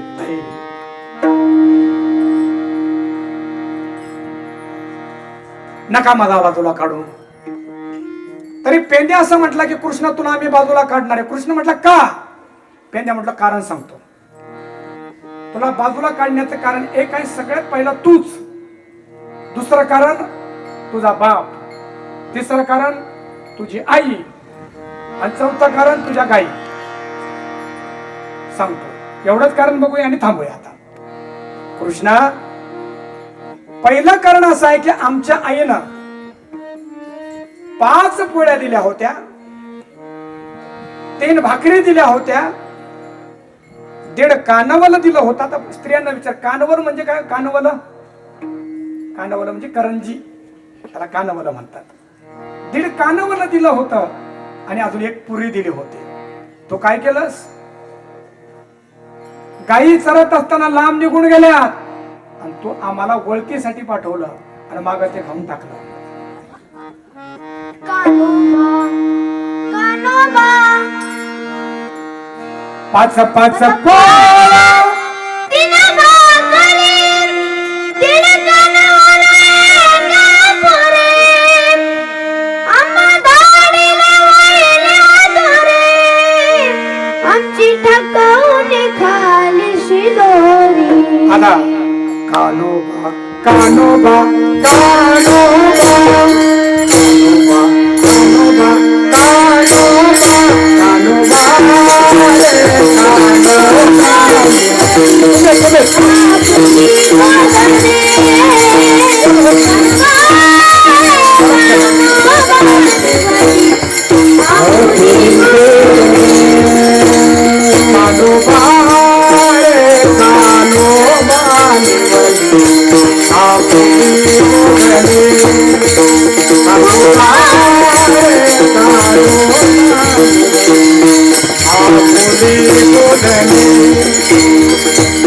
हे झालं पहिलं कारण. दुसरं कारण, परियसी सारंगधरा म्हणा तुझा बैल सारंगधरा आहे. काही चरत असताना तुझा मोरा बैल चुकला. मोरा म्हणजे काय हो? काय मोरा म्हणजे काय? मोरा म्हणजे ज्याचा फिकट कलर आहे राखुंडी, त्याला मोरा म्हणतात. पांढऱ्या रंगाचा थोडासा. तुझा तो मोरा बैल चुकला आणि मग आम्ही तुझ्या घरी सांगायला गेलो आणि तुझ्या घरी सांगायला गेल्यानंतर तुझा म्हाताराच आमच्या मागा लागला. तू म्हटलं आमचा बैल तू हाकलून दिला असेल. पाठी लागला सांगू गेला तुझ्या घरात, पाठी लागला तुझा म्हातारा. कान्होबा, कान्होबा, कान्होबा, कान्होबा,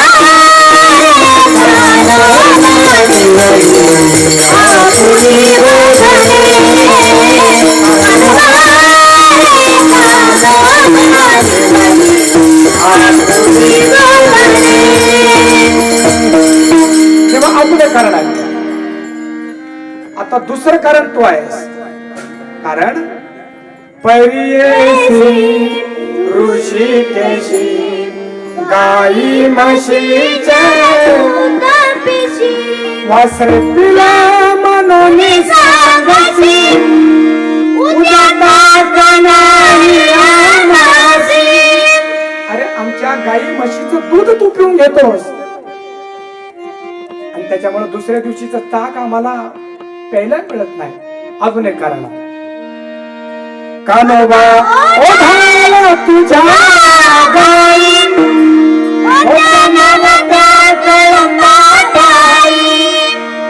तुझ्या गाई कळंबाच्या झाडाखाली नव्हत्या. आम्ही सांगण्यासाठी तुझ्या आईकडे गेलो तर त्याचा परिणाम शिव्या देती तुझी आई. यांनी मला हातोडी दाखवली का?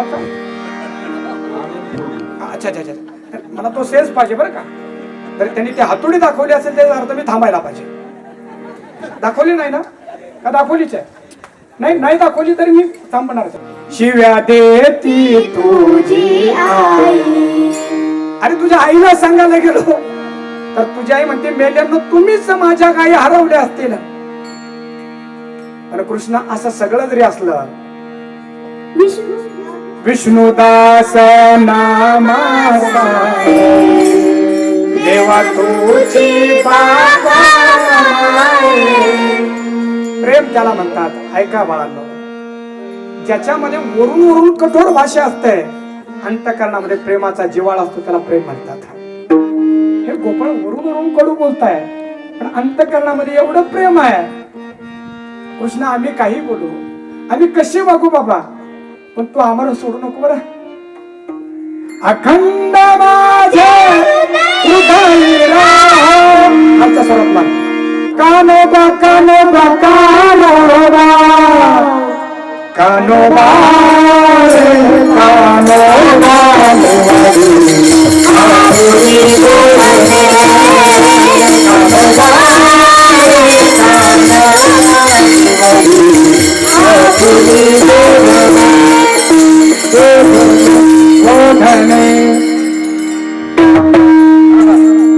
वाह, काकुळती येतो हरी. नका निवडून टाकू मला क्षणभरी निवडिता. का बर? हा अभंग जो आहे ना, हा जेवढा आध्यात्मिक आहे तेवढा तो सामाजिक आहे, मानसशास्त्रीय आहे. खरं तर हे सगळं जर मी बोलायला लागलो तर बरेच सूत्र आहेत. मी बोलायला लागलो म्हणजे परंपरेने. खरं तर अजून एक, कीर्तन करत असताना हा मी मी मी मी जास्त पुढे यायला नाही पाहिजे. जर तो मी मी मी जास्त आला तर समजा अध्यात्मातले सूत्र आपल्याला कळाले नाही. एक वाक्य आहे का, जेव्हा अवगुण सांगायचे तेव्हा तुकाराम महाराज मी म्हटले, आणि जेव्हा चांगलं सांगायचे तेव्हा आम्ही म्हटले.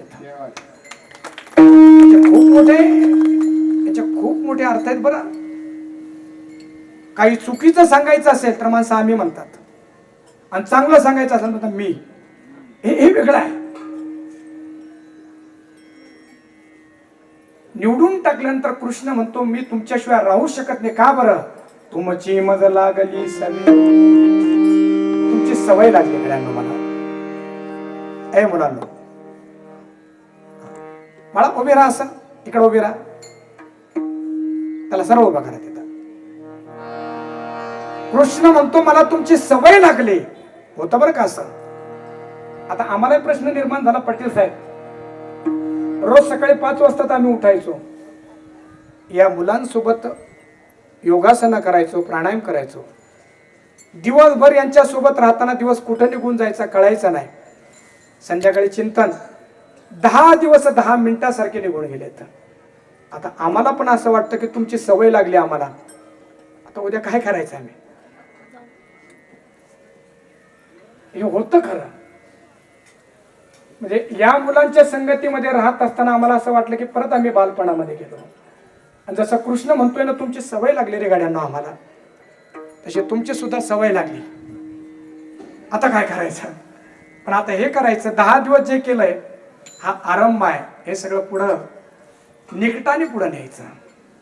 या सगळ्या गोष्टींना पुढं खूप चांगलं न्यायचं. तुमची मद लागली सवे अंठाईचे नवे नवगडी. बाळांनो, तुमचा आणि माझा संबंध कृष्ण म्हणतात याच जन्माचा नाहीये, जन्म जन्मांतराचा आहे. अजून एक बोलू, इथं आपण सगळे एकत्र आलोय. इथं एकत्र येण्याचे एकच कारण आहे, तुमचं आणि आमचं काहीतरी ऋणानुबंध असावा. ऋणानुबंधाशिवाय माणसं एकत्र राहू शकत नाही. आणि ऋणानुबंध संपले रे संपले, एक क्षण सुद्धा राहू शकत नाहीत. म्हणून 10 दिवसाचे ऋणानुबंध होते आपले, ते संपलेत. आता 1 तासानंतर निघावं लागणार आहे. आपण इथं एकत्र झालोय त्याचं कारण पहिलाच संबंध आपला नाही, जन्म जन्मांतरीचा आपला संबंध आहे. आणि खरा तर भगवंताशीच आपला नित्य संबंध आहे. प्रत्येक जन्मात आई वेगळा, वडील वेगळा, बायको वेगळा, बायको वेगळी, परंतु एकमेव न बदलणारं नातं जर कोणाचं असेल तर ते देवाचं आहे. आणि ठाईचे, आपण ठाईचे आहोत. नवे नवोगडी, आपण नवे नाहीये. पुढं आहे का? खूप गोड आहे. 2 चरण 2 मिनिटामध्ये संपलं. कृष्ण म्हणतोय तुम्ही मला हाकलून देता, एवढा हाकला, एवढा हलका माणूस नाही मी. आणि के बोलावती फार. अरे मी जगाचा चालक मालक आहे. इथला सूर्य सुद्धा माझ्या सत्तेनं चालतो. इथला वेद सुद्धा म्या बोलवला तर बोलवतो. इथला समुद्र सुद्धा माझ्या आज्ञेनं पुढे येत नाही, इथले पर्वत सुद्धा माझ्या आज्ञेनं बसलेले आहेत. मी एवढा छोटा नाहीये. खरं तर पाहिलं, शेष महेश गणेश दिनेश मुनेसा हो जाहे निरंतर ध्याय, नारद से शुक व्यास रटय पचे, हारता ही पुनि पार न पावे, जाहि अनादि अनंत पार, अछेद अभेद सुवेद बताए, ताहि आये रखी छोरिया, छचिया भर छाछ पे नाच नचावे, छचिया भर छाछ पे नाच नचावे. जो अनादि अनंत आहे. आणि गवळ्याच्या पुरी म्हणतात, तुला वाटेभर ताक देतो, नाचून दाखवतो का कृष्णा? तो थया थया नाचायला लागतोय प्रेमामुळे. अनेक बोलावती, फार भरपूर लोक बोलवतात. पुढे ऐका, बहु थोर नावडती, क्या बात आहे. सगळ्यांकडे लक्ष द्या थोडक्यामध्ये. निवडणुकी लढायची असेल तर समाजाचे मोठे माणसं मिळवावे लागतात. चांगलं आहे का? संसारामध्ये मोठं व्हायचं असेल तर मोठाले सोयरेधारी मिळवावे लागतात. परंतु परमार्थ जर करायचा असेल तर भाविक मिळवावे लागतात. तिथं शब्द किती गोड आहे बघा. कृष्ण भगवंत असं म्हणतात की या जगामध्ये इंद्र, महेंद्र, चंद्र, ब्रह्मदेव म्हणजे काय, हे सगळे मिनिस्टर आहेत, मोठे माणसं आहेत. हे मला आवडत नाहीत. का आवडत नाही? कारण ते कीर्तनाच्या शेवटी शेवटी येतात. किंबहुना एखाद्यावर जर कीर्तनाला वेळ झाला आणि त्या वेळेची त्या वेळेत आले तर त्यांना वाटतं कुठं डोक दुखेला आलो मी आता इथं. त्या अभंगाच हा बहु थोर नावडती. केवळ औपचारिकतेमध्ये राहणारी माणसं, केवळ स्वार्थासाठी चालणारी माणसं, केवळ स्वार्थासाठी जगामध्ये फिरणारी माणसं, कृष्ण म्हणतात ते नाही आवडत मला. मग कोण आवडतं? भाविके, त्यांची आवडी मोठी, ज्यांच्या अंतःकरणामध्ये भावनेचा अतिरेक झालाय, प्रेम ज्यांच्या अंतःकरणामध्ये आहे, असे मला आवडतात. आणि तुका म्हणे मिठी घाली जीवे, असे प्रेमळ मला आवडतात. म्हणून कृष्ण भगवंत म्हणतात, कौरवासारखे मोठमोठे राजकारणी मला चांगल्या पदार्थामध्ये, बंगल्यांमध्ये आणि स्त्रियांमध्ये गुंतवण्याचा प्रयत्न त्यांनी केला. पण मी त्या दुर्योधनाला सांगितलं की तो हलकट मी नाहीये की एखाद्या बंगल्यामध्ये एखाद्या पार्टीमध्ये मी बदलून जाईल, याची कमी नाही माझ्याकडे. मी त्या दुर्योधनाचं घर सोडलं होतं आणि ज्या विदुराच्या घरामध्ये कितीतरी दिवसाच्या केळी होत्या त्या केळी खाण्यासाठी गेलो होतो. सबसे ऊंची प्रेम सगा दुर्योधन का मेवा त्यागो, साग विदुर घर खाई. दुर्योधनाचा मेवा त्याचा त्याग केला होता आणि विदुरा घरच्या कन्या खाल्ल्या होत्या. का? तो प्रेमळ आहे. म्हणून मला वेगळं करू नका. तुमची मज लागली सवे ठाईची नवे नवोळी. वारकरी संप्रदायाच्या नियमाने विठोबा रुक्माई भजन घेऊया. पुढच्या 5 मिनिटांमध्ये काल्याचा अभंग, काल्याचा प्रसाद आणि कीर्तनाचा समारोप करायचा. सगळ्यांनी मोठ्या प्रेमाने वर हात करूया. हे वर हात करणं म्हणजे सिलेंडर आहे, सिलेंडर नाही बरं का, सिलेंडर. आता सिलेंडर जास्त ऐकू येत आहे. समर्पण आणि मोठ्या प्रेमाने त्या विठोबा रुक्माईचं भजन करूया. विठोबा रखुमारी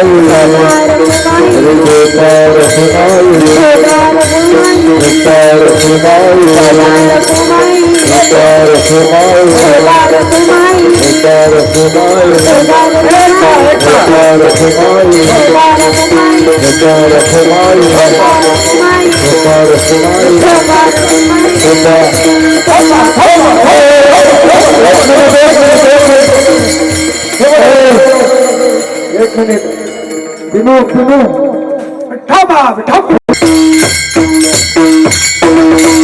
कीर्तनासाठी जो अभंग घेतला होता त्याचा सरळ सरळ भाव झालाय. आणि काल्याचं कीर्तन म्हटलं की भगवंताच्या काही लीला सांगायला पाहिजेत. थांबा, राहू द्या 2 मिनिटं, राहू द्या ज्ञानेश्वर. परंतु भगवंताच्या लीला आता तर सांगितलं तर लोक म्हणतील तुम्ही लीला करू नका आता. पण तरी हे एक लीला मुलांसाठी. रांग तरंगणे चोरीतलो धावून घरती गवळणी. कृष्ण गोकुळामध्ये मोठा व्हायला लागला, रांगायला लागला, घरामध्ये खोड्या करायला लागला. ज्यांचे अंतकरण लोण्यासारखे मऊ झालेले होते त्यांच्या घरामध्ये जाऊन चोऱ्या करायला लागला. या कालावधीमध्ये पुतना तृणावर्त छकड्यामध्ये आला होता तो शकटासूर. अशा अनेक राक्षसांचा सुद्धा वध श्रीकृष्ण भगवंताने केला. आणि फक्त एक लीला आपल्याला बघायची आहे. गोकुळामध्ये राहणारे लोक म्हटले ज्या ठिकाणी कृष्ण सुरक्षित नाहीये तिथं आपण राहायचं नाही. आणि मग सगळ्यांनी आपले आपले गाडी बैल दुपलेत, आपल्याला पाहिजे तेवढं सामान घेतलं आणि सगळे निघाले वृंदावनामध्ये. एवढी लीला बघायची आणि थांबायची. मुलांना तुमच्यासाठी आहे. कृष्ण आता 3 वर्षाचा होता जवळपास. तो इतका सुंदर की त्याला पाहिल्यानंतर पाहिली या वेद लावी बैसे जीवी जडून. त्याला पाहिल्यानंतर तो सौंदर्यवान नाही, सौंदर्यच आहे तो. तुझी निढळी कोटी चंद्रप्रकाश कमल नयन हसे वदन हसे असो तो परमात्मा. अनेक गोपिका त्याच्याकडे जायच्या, त्याला आलिंगन द्यायच्या. त्या सच्चिदानंद परब्रह्माला आलिंगन दिल्यामुळे त्यांना जो आनंद मिळायचा तो अलौकिक असायचा. त्या गोकुळामध्ये राहणारी एक 90 वर्षाची म्हातारी होती. तिने हे ऐकलं होतं की तो परमात्मा, तो सच्चिदानंद घन आहे. या गोपिका जातात, त्याला कड्यावर घेतात, त्याला आलिंगन देतात आणि त्यानिमित्ताने त्यांना ब्रह्मसुख प्राप्त होतं. मला कधी त्या कृष्णाला घ्यायला भेटेल दादा, विकू कमी. तिच्या मनामध्ये संकल्प आला आणि भगवंत म्हणले नक्की पूर्ण करेल. आता ऐका, आपल्या आपल्या मुलांना घेऊन, मुलींना घेऊन, स्त्रियांना घेऊन, पुरुष स्त्रिया सगळे कुटुंब निघाले. कुठे? वृंदावनामध्ये. गाड्यामागे गाडी चालल्या होत्या, बैलगाड्या चालल्या होत्या, छकडे चालले होते. एका गाडीमध्ये कृष्ण बसलेला होता आणि त्या गाडीच्या पाठीमागे ती म्हातारी बसलेली होती की जी म्हातारी म्हणत होती या कृष्णाची भेट मला कधी होईल. कृष्ण म्हटला मनातल्या मनात आताच होईल. गाडी पुढे जायला लागली. यशोदा मैयाच्या मांडीवर बसलेला कृष्ण त्या निसर्गाकडे बघतोय. भगवंत जाणार आहे हे जेव्हा कळालं तेव्हा पशु पक्षी सुद्धा कृष्ण भगवंताचं दर्शन घेण्यासाठी आलेत. अरण्यामधून जाणारा तो रस्ता, रस्त्याच्या दुतर्फा पशु पक्षी प्राणी यांची गर्दी झाली. मी कोण नकोय, सरळ ठेवा, सरळ कमी करा. आणि मग कृष्ण आईच्या मांडीवर बसून त्या निसर्गाचं सौंदर्य पाहत असताना कमी करायचं, कमी आवाजच कमी करा, आवाज कमी. झाडावर त्यांनी पाहिलं की एक पांढरा पक्षी बसलेला आहे आणि तो एकटा कृष्णाकडे पाहतोय. आईला विचारला, आई हा कोणता ग पक्षी? आई म्हटले कानोबा, याला बगळा म्हणतात. एवढा पांढरा, हो पांढराच असतो तो. पांढरा असून बरेच काळे धंदे करतो तो. कारण तो जेव्हा त्या नदीवर उभा राहतो तेव्हा असा ध्यानच तो उभा राहतो. आणि कुणाला तरी वाटतं साधूच उभा राहिला की काय. आणि त्या माशांना माहिती की त्यांच्या किती खानदानं त्यांनी बर्बाद केलेत. पण तो बगळाच आहे. बर, कृष्णाने विचारलं, आई त्याच्या जवळ त्याच्यासारखाच एक छोटासा पक्षी आहे, तो कोण? अरे कान्होबा, ती बगळी आहे. मग ती बगळी ते कोण आहे? म्हणजे ते नवरा बायको आहे. आई तो काळा काळा दिसतो तो कोण? तो कावळा आहे. आणि त्याच्या शेजारी ती थोडीशी कमी काळी ती कोकिळा. म्हणजे हे कोण? म्हणजे हे नवरा बायको. अशा सगळ्यांच्या जोड्या विचारून घेतल्या. म्हणजे आई या सगळ्यांच्या जोड्या आहेत, पण मग मला तुला हे विचारायचं, कावळ्याजवळ बगळा का नाही? बगळ्याजवळ कावळा का नाही? सिंहाजवळ वाघीण का नाही? म्हणजे बाळा तसं नाही, प्रत्येकाची जोडी असावी लागते, जोडी जमावी लागते. आई तुझी जोडी कुणासोबत? बाळा ते गाडी चालवताय ना नंद बाबा, त्यांच्यासोबत माझी जोडी, ते माझे पती परमेश्वर आहे. मग आई माझी बायको कुठे आहे? आई माझी बायको कुठे आहे? अरे कृष्णा, तू अजून लहान आहे रे, तुला कसली बायको? नाही नाही, मला बायको पाहिजे. त्याला बाल हट्ट म्हणतात.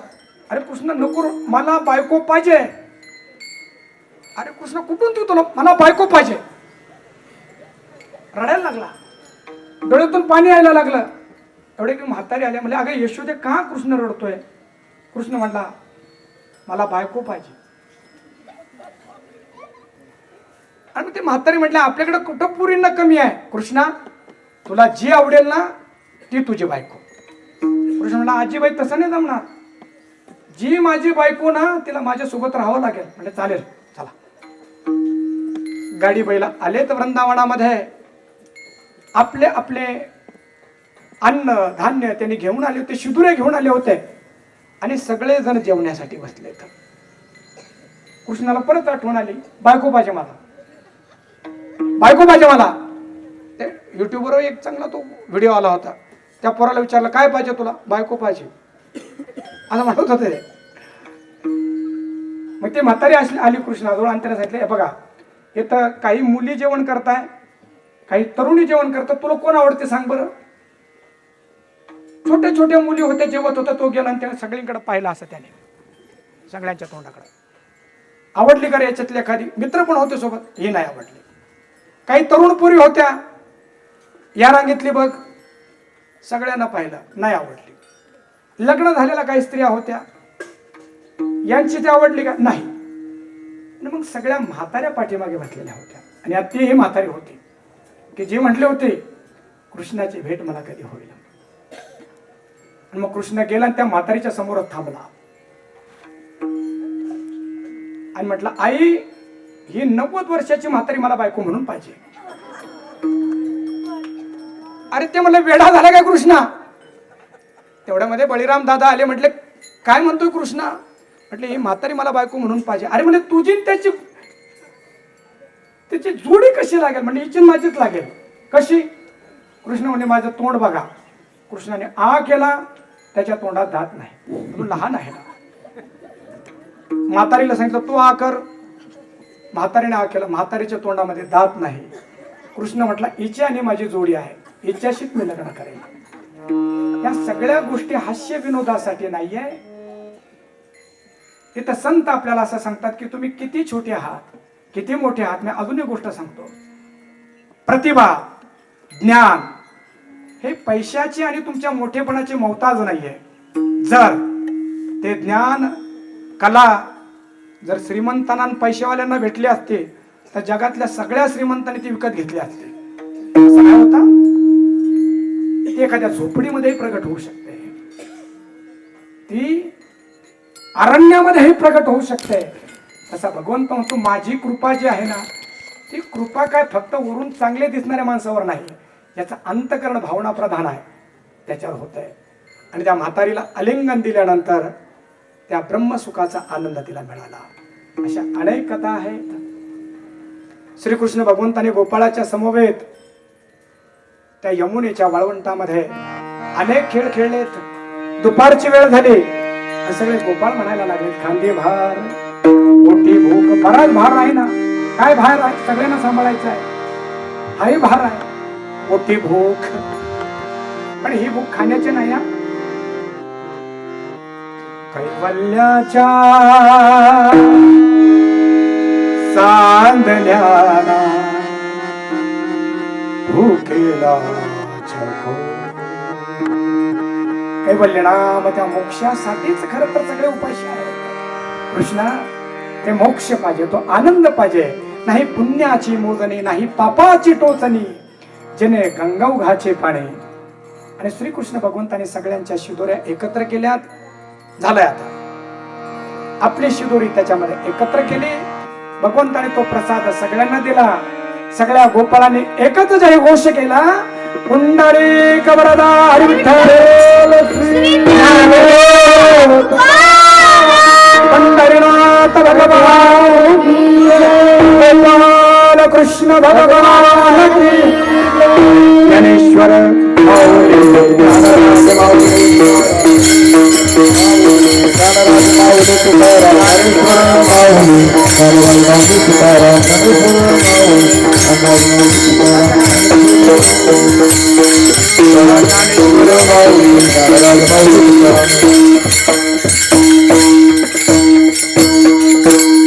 झाली सेवा भगवंताच्या चरणी आणि भगवंताच्या रूपाने नटलेल्या आपल्या सगळ्यांच्या चरणी समर्पित करायची आहे. सगळ्या अभंगाचा सार फक्त एका शब्दात सांगायचा की या अभंगाच्या माध्यमातून भगवंत बुद्धिमंतांना प्राधान्य देत नाही. झालंय, थांबलाय आता. एकच मिनिट. बुद्धिमान माणसं उंच स्टेजवर पाहायला बरे वाटतात, काही सत्कारासाठी बरे वाटतात, पण जगण्यासाठी भाविकच माणसं लागतात, लक्षात ठेवा. म्हणून जास्त औपचारिकतेमध्ये जगणाऱ्या माणसांसोबत आनंद भेटत नाही जगण्याचा. त्यांना असं वाटतं पण हल्लो तरी आपल्या लोक बघताय. म्हणून खरा जीवनाचा आनंद घेण्यासाठी औपचारिकतेच्या थोड्या बाजूला गेलेले भावनिक माणसं ते जगण्यातला आनंद देतात. मग श्रीकृष्ण भगवंत म्हणताय, तुम्ही भाविक आहात, प्रेमळ आहात. आणि शेवटचं वाक्य, कोणीतरी महापुरुष असं म्हटलेत कि दुनिया नफरत के आखिरी स्टेज पे है, उसकी दवा है श्री पॉवर से शुद्धतम प्रेम. माणसं एवढे कडवड झालेत, त्यांचे चेहरे एवढे खराब झालेत की त्यांना पाहिल्यानंतर चांगल्या माणसांचं समाधान बिघडावं. फोटोग्राफरला सुद्धा म्हणावं लागतं, भैयाजी स्माइल प्लीज. काय बिघडलं समजलं नाही काही, एवढा कडवडपणा का? त्याचं एकच कारण आहे की अंतःकरणातलं प्रेम हरवलं. आणि ते प्रेम या संत वाङ्मयातून, या संत विचारातून सगळ्यांच्या हृदयामध्ये प्राप्त होणार आहे. झाली सेवा भगवंताच्या चरणी आणि आपल्या चरणी समर्पित करायची आहे. जाता जाता फक्त एवढं सांगायचं आहे, 10 दिवस आम्ही हे सगळं शिबिर केलं. यामागे आमचा एवढाच उद्देश आहे फक्त की वारकरी संप्रदायाचं काही देणं आपल्याला लागतं. अजून एक, आम्ही इथं आलोय, आमची कुणाचीही संस्था नाहीये, म्हणजे असं नको वाटायला की पुढच्या त्या संस्थेसाठी तयारी केली का, नाही. दुसरी गोष्ट, तुमचे मुलं कुठल्या संस्थेमध्ये घालावेत असा रेफरन्स सुद्धा आम्ही तुम्हाला देणार नाही. इथं 10 दिवस आपल्याला जे मिळालं त्या शिदोरीच्या माध्यमातून आपला विवेक यथा इच्छिसे तथा करू. आपल्याला जे योग्य वाटेल, पण आपले मुलगा योग्य मार्गाने जावे अशा प्रकारचं आचरण, अशा प्रकारचं शिक्षण त्यांना द्या. सगळ्यांच्या चरणी परत वंदन करतो आणि सेवेला विराम देतो. विठ्ठल जय जय.